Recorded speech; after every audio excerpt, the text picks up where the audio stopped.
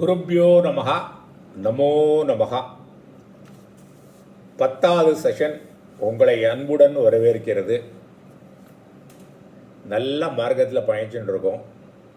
சந்தோஷமாக இருக்கும். நீங்கள் உங்கள் டைம் கரெக்டாக யூஸ் பண்ணிகிட்டு இருக்கு.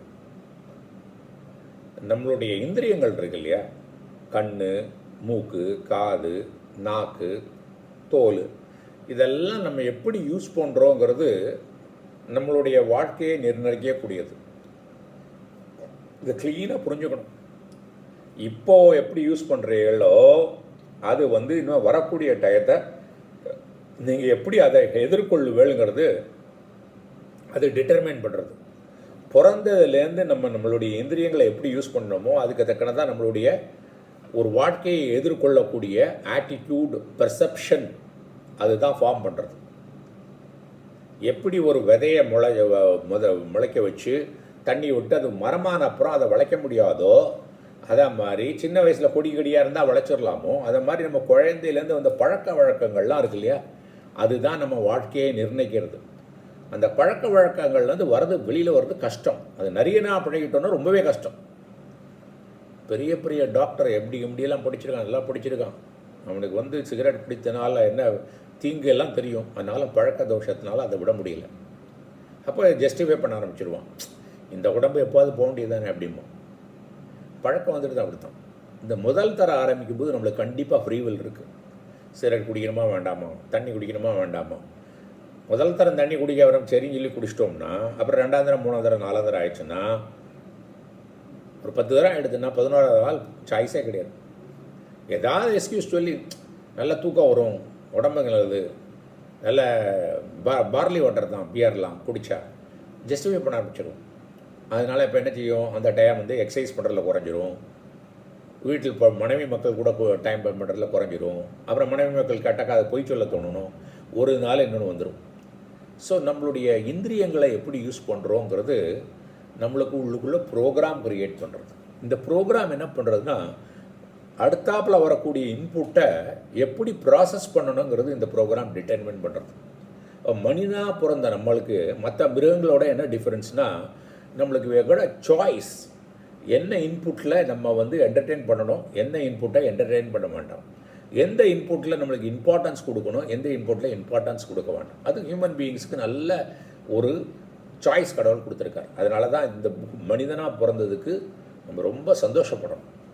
அப்புறம் நம்மளை மாதிரி ஆட்கள்லாம் கரெக்டாக இன்புட்டை யூஸ் பண்ணிகிட்டு இருக்கோம். லலிதா திரைசக்தியெல்லாம் கேட்கணும்னாக்க நல்ல விதமாக போயிட்டுருக்கும். இது கண்டிப்பாக ஒரு ப்ரோக்ராமாக ஆகி நம்மளுடைய ஃப்யூச்சரை எப்படி ஹேண்டில் பண்ணுங்கிறது உங்களுக்கு கண்டிப்பாக கொடுக்கும். இதில் செகண்ட் ஒப்பீனியனே கிடையாது. ஸோ இதில் ஒரு வேர்ட்ஸ் உங்கள்கிட்ட ஷேர் பண்ணணும்னு பார்க்குறேன்.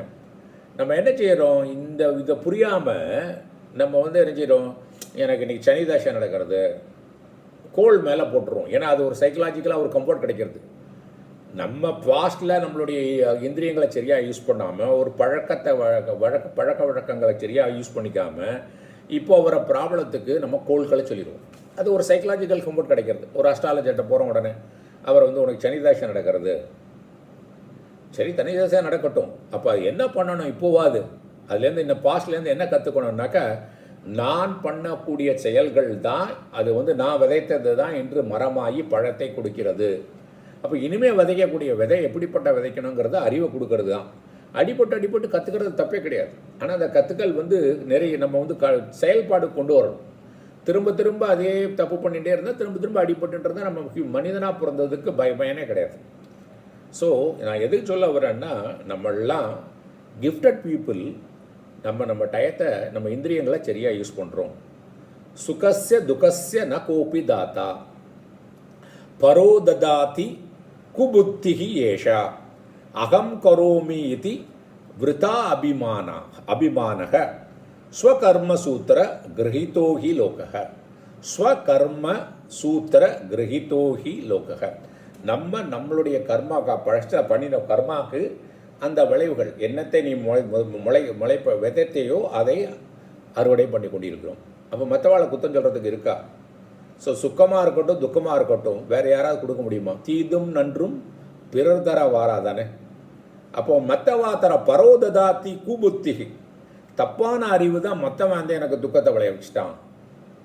சனி பகவான் ரொம்ப எனக்கு பாவத்தை பண்ணிட்டான், சுக்கிர தசை நடக்கிறது நல்லா போயிட்டு இருக்கு, அடி போடுன்னு போடுறான். சரி, அதெல்லாம் சந்தோஷத்தை கொடுக்குறதா பரவாயில்ல.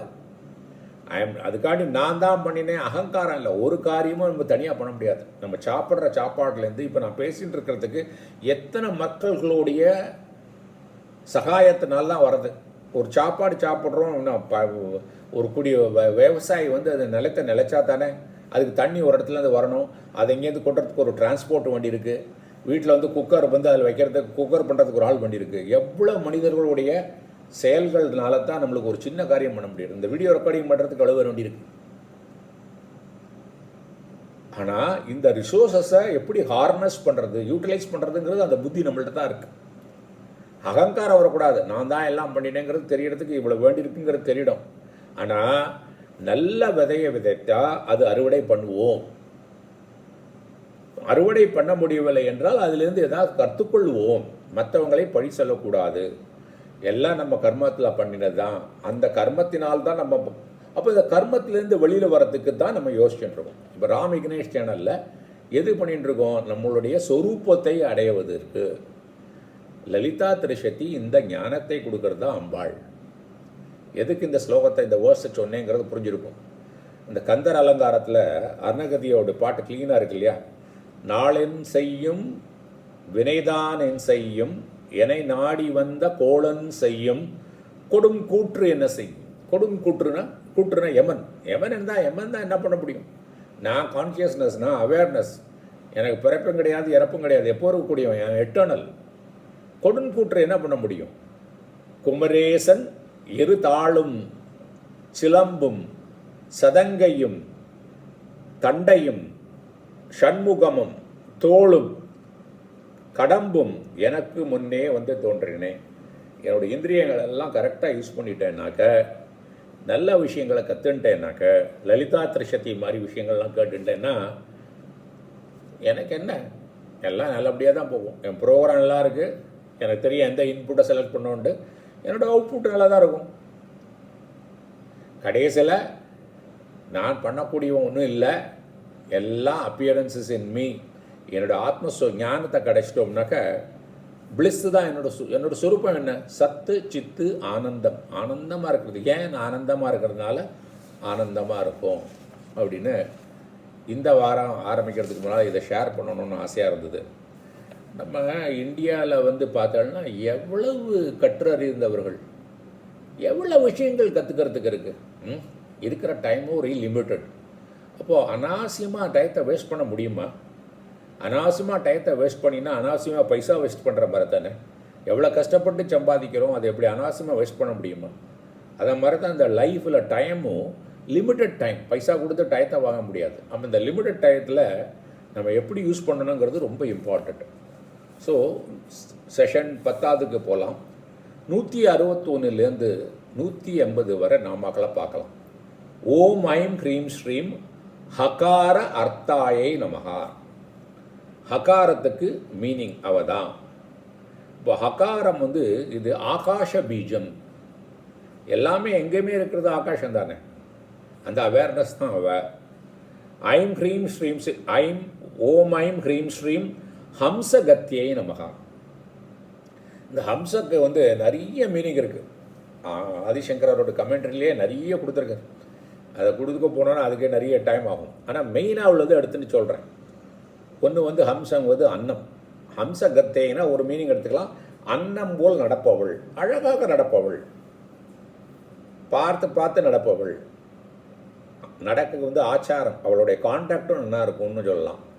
இன்னொன்று வந்து ஹம்சத்தில் வந்து ஹா சான்னு இருக்கு இல்லையா, அந்த ஹகாரம் வந்து வெளிமூச்சு, சகாரம் வந்து உள்மூச்சு. ஸோ இந்த மூச்சு பிராணமாக இருக்கக்கூடியவள், உயிர் சக்தியாக இருக்கக்கூடியவள், எப்பொழுதும் இருக்கக்கூடியது. அந்த உள்மூச்சியும் வெளிமூச்சும் நடக்கிறது அது என்ன அஜப ஜபம். அந்த ஜபம் நடந்துகிட்டே இருக்குது, ரிப்பீட்டேஷன் நடக்குது. அதாவது ஜபம்னா சொல்கிறாம ஒரு வெர்பலாக சாண்ட் பண்ணாமலே நடக்கக்கூடியவளாக இருக்காது. சூரியனுக்கு அம்சன்னு பேர். ஸோ சூரியனுக்கு டேட்டியாக இருக்கக்கூடியவள். ஓமைம் ஹ்ரீம் ஸ்ரீம் ஹாட்டக ஆபரண உஜ்வலாயே நமக. ஹாட்டக தங்கத்தினால் பண்ணக்கூடிய ஆபரணங்கள்லாம் அணிந்துட்டு அப்படியே ஜொலிக்கிறாவ. ஓமைம் ஹ்ரீம் ஸ்ரீம் ஹார ஹாரி குச்ச போகாய நமகா. நல்ல அப்படியே நிறைய நகைகள், முத்துக்களால் ஆன நகைகளை போட்டுண்டு அப்படியே அலங்கரிஞ்சுட்டு அதை என்ஜாய் பண்ணிட்டு இருக்காவ. ஓமைம் ஹ்ரீம் ஸ்ரீம் ஹாக்கின்யே நமகா. ஹாக்கின்யே நமகான்னா பந்தங்களெல்லாம் போக்க வச்சு இந்த சம்சார சாகரத்திலேருந்து வெளியே வரத்துக்கு உதவுவள். ஓமைம் ஹ்ரீம் ஸ்ரீம் ஹல்ய வர்ஜிதாயே நமகா. ஹல்யன்னாக்கா அந்த ஹல்ங்கிறது அந்த ப்ளவ் பண்ணுவோம் இல்லையா, அது இன்ஸ்ட்ருமெண்ட்டு, உடர்த்தக்கூடியது. அது என்ன பண்ணும், அது உழுது நிலங்களெல்லாம் உருவாக்கல. ஸோ படைத்தல் காத்தல் அழித்தல் எல்லாத்தையும் பண்ணக்கூடியது சகுண பிரம்மன். அவ சகுண பிரம்மாவும் இருக்கவா, நிர்குண பிரம்மமாகவும் இருக்கவள். அந்த வர்ஜிதாயாங்கும்போது அது பண்ணும்போது சகுண பிரம்மா இருக்கா, வர்ஜிதாயனா டிவைட் ஆஃப் தாட்டும்போது நிர்குண பிரம்மாவும் இருக்கக்கூடியவள். ஓமைம் ஹ்ரீம் ஸ்ரீம் ஹரித்பதி சம் ஆராத்தியே நமகா. ஹரித்துனா பச்சை, ஹரித்பதினா அந்த பச்சைக்கு தலைவன். பச்சைனா என்ன, பச்சை குதிரை. இந்திரனுக்கு உள்ள குதிரை பச்சை குதிரை. அதுக்கு அவரால் போற்றப்பட்டவள், அவரால் ஆராதனை பண்ணப்படுபவள். ஓமைம் ஹ்ரீம் ஸ்ரீம் ஹட்டாத்கார ஹத அசுராயே நமகா. இந்த மகிஷராசுரன்லாம் இருக்குல்ல, அவனெல்லாம் அப்படி தூக்கி அடிச்சிட்டாவ. ஓமைம் ஹ்ரீம் ஸ்ரீம் ஹர்ஷப்பிரதாயே நம. சந்தோஷத்தை கொடுக்கக்கூடியவள். ஓமைம் ஹ்ரீம் ஸ்ரீம் ஹவிஸ் போக்திரை நமகா. நம்ம கொடுக்கக்கூடிய ஆஃபரிங்கள்லாம் என்ஜாய் பண்ணி சாப்பிடக்கூடியவள். ஓமைம் ஹ்ரீம் ஸ்ரீம் ஹார்த சம் தபஸ் அபகாயை நமகா. மனத்தில் இருக்கிற இருளுகளை எல்லாம் நீக்குவள். ஓமைம் ஹ்ரீம் ஸ்ரீம் ஹல்லீச லாஸ்ய சந்துஷ்டாயை நமகா. கோலாட்டம்லாம் ஆடுவாள் இல்லையா அந்த பெண்கள்லாம், அந்த கேமில் ரொம்ப சந்தோஷப்படக்கூடியவள். இந்த கோலாட்டம் ஆகும்போது எனக்கு திருநெல்வேலி டிஸ்ட்ரிக்ட்டு என் ஊர் கல்லிடைக்குறிச்சி. எங்கள் அப்பா எல்லாம் கோலாட்ட பல்லாக்கு நடத்துட்டுருக்கா. அப்போ என்ன செய்வேன்னா, ஒரு தெருலேருந்து கோலாட்ட பல்லாக்கு அந்த தெருக்காரா எல்லாரும் ஒரு பெண்கள் எல்லாம் சேர்ந்து கோலாட்டத்தை அடிச்சுட்டு பாடிட்டு பசுவா பசுவையா அந்த பாட்டெல்லாம் பாடிட்டு, இந்த பாட்டெல்லாம் பாருங்க, எனக்கு தெரிஞ்சு நான் 5ஆம் கிளாஸ் படிக்கும்போது பாடின பாட்டு. எவ்வளோ வருஷத்துக்கு முன்னால் பாட்டு மெமரியில் எப்படி போய்ட்டுருக்கு பாருங்க, சம்ஸ்காரங்கள் எப்படி போயிருக்கு பாருங்க. சந்தோஷமான இருக்கும்போது வரக்கூடிய நிலம் அப்படியே போகும். எங்கள் அப்பா பண்ணுறதுனால கண்டா அது தின்ன ஞாபகம் இருக்கும்னு தெரில. ஓமைம் ஹ்ரீம் ஸ்ரீம் ஹம்ச மந்திர அர்த்த ரூபிணியே நமக. அந்த ஹம்சத்துக்கு சொன்னோம் இல்லையா, அஜப மந்திரம், அந்த மந்திரத்தோட ரூபமாக இருக்கக்கூடியவள்.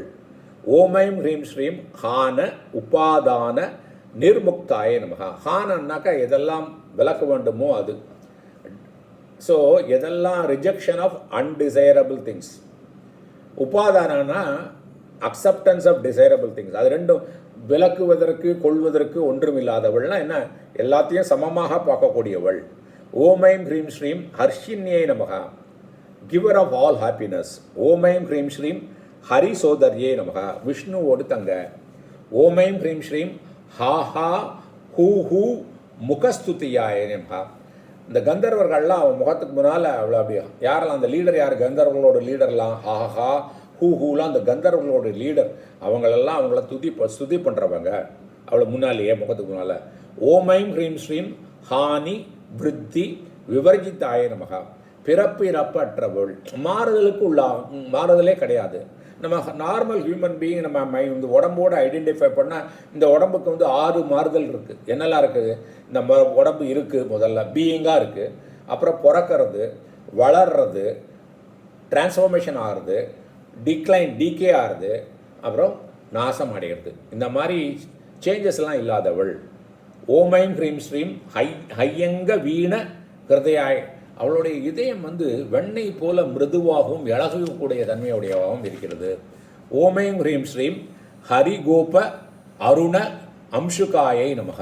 ஹரிகோப்பங்கிறது ஒரு இன்செக்ட், மழை காலத்தில் வரும், சிவப்பாக இருக்கும். அந்த மாதிரி அருணாவும் அப்படித்தான். காலையில் சூரியன் வரதுக்கு முன்னால் வர கலர் இளம் சிவப்பு இல்லை, அவளுடைய முகம் அப்படியே இளம் சிவப்பாக இருக்கக்கூடியவள்.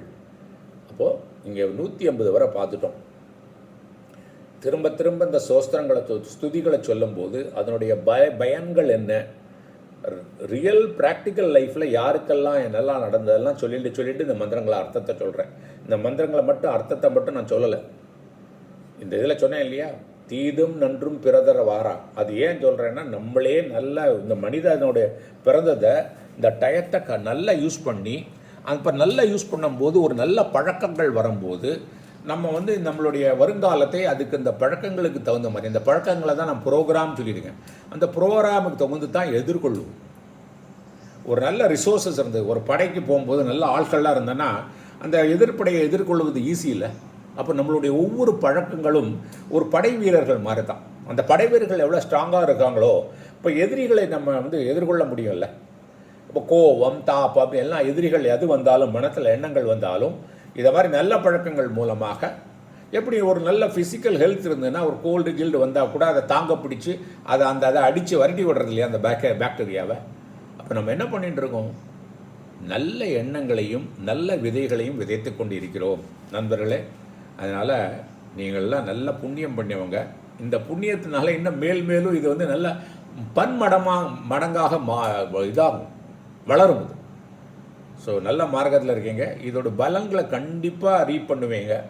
உங்கள் பலன்களை நான் சொன்ன மாதிரி ஒரு டைரியில் எழுதி வச்சுட்டு டெய்லி காலையில் ராத்திரியும் பார்த்து அம்பாளுக்கு நன்றி கூறுங்க. உங்களை சுற்றத்தார்கள், அம்மா அப்பாவுக்கு, பிரதர் சிஸ்டருக்கு, கூட உள்ளவங்களுக்கெல்லாம் நன்றி கூறுங்க. அவங்க எல்லாம் தான் உங்களுக்கு வந்து என்கரேஜ் பண்ணி இதெல்லாம் இந்த மார்க்கத்துக்கு கொண்டு வந்திருக்காங்க. ஸோ மேலும் அம்பாளுடைய அருள்னால் பயணிப்போம். எனக்கு ரொம்ப இந்த ஆப்பர்ச்சுனிட்டி கொடுத்ததுக்கு நன்றி. நான் ரொம்ப என்ஜாய் பண்ணுறேன், இதை ஷேர் பண்ணுறதுக்கு என்ஜாய் பண்ணுறேன். இதெல்லாம் கொடுத்து வச்சா தான் கிடைக்கும். ஸோ நம்ம வந்து பாதி கிணறு தாண்டியாச்சு, 150 வரை போயிட்டோம். அம்பாளோட அனுகிறதுனால இன்னொரு 120 நாமவும் போகும்னு வேண்டிக்கிறோம். என்ன கொடுத்தாலும் அம்பாள் எதை கொடுத்தாலும் அது பிரசாதமாக அக்செப்ட் பண்ணிட்டு அப்படியே போகலாம். நன்றி, வணக்கம்.